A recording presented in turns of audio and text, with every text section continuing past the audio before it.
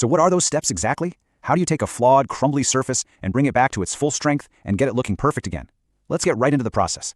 Okay, first things first. The single most important part of any concrete repair has nothing to do with filling the hole. It's all about the prep work. I mean it. You could have the most expensive, high-tech repair material in the world, but if you don't prepare the surface properly, your patch is absolutely going to fail. The prep work really comes down to two key actions. First, you have to get aggressive. You chip away all the loose, weak concrete until you hit a solid foundation. Then, you scrub it clean with a wire brush. Second, you apply a bonding agent. This isn't just glue, okay? It's more like a chemical primer that ensures the new mortar literally fuses with the old concrete, creating one solid piece. With the surface prepped and ready to go, it's finally time to apply the repair mortar. And for the pros, there are two main roads you can go down here, and each one has its own set of pros and cons. So, choosing your mortar is a huge decision. Option A is to use a pre-mixed bagged product. The big win here is consistency. It's been engineered in a lab so you know exactly what you're getting.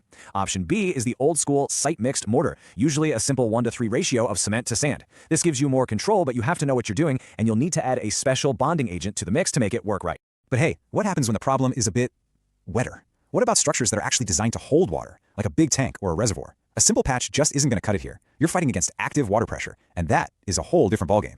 This is a classic challenge in engineering, right? You've got water that's literally trying to push its way through the concrete. So, do you attack the problem from the inside, or do you try to plug the leak from the outside? Well, a true professional has a plan for both situations.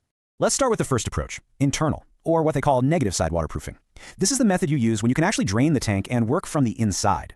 You're basically putting up a barrier that has to fight against the water pressure pushing its way in through the concrete wall. And for this, you need some very specific materials. Coatings that are cement-based are pretty common, but, and this is a big one, if the tank is for drinking water, you have to use a special food-grade epoxy coating. Safety is paramount there. Now for the really dramatic scenario, fixing a leak from the outside, or the positive side, often while water is still pouring out of it. This calls for a totally different kind of product, one that's designed for a full-on emergency.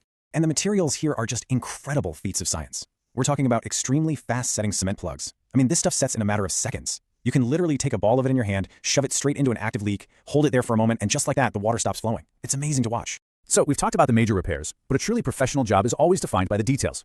Let's cover those final touches that separate the good repairs from the great ones. You know, sometimes the defect isn't a hole, but the opposite, an unwanted bump sticking out of the concrete. The fix is pretty much the same process, but in reverse. You carefully chisel it away, and then, if you need to, you build the surface back up with thin, careful layers to match the original design perfectly. And finally, we have to talk about the absolute golden rule of professional work, safety and following instructions. Every single one of these materials comes with a technical data sheet and a materials safety data sheet, the MSDS. Following these documents is not a suggestion. It's non-negotiable.